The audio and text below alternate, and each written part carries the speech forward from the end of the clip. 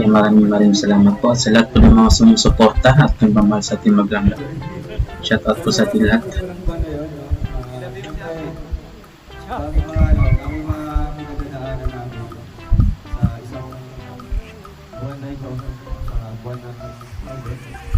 Kaya masabi namin malayo na huwag narating namin although 8 months na rin wala pero ang dami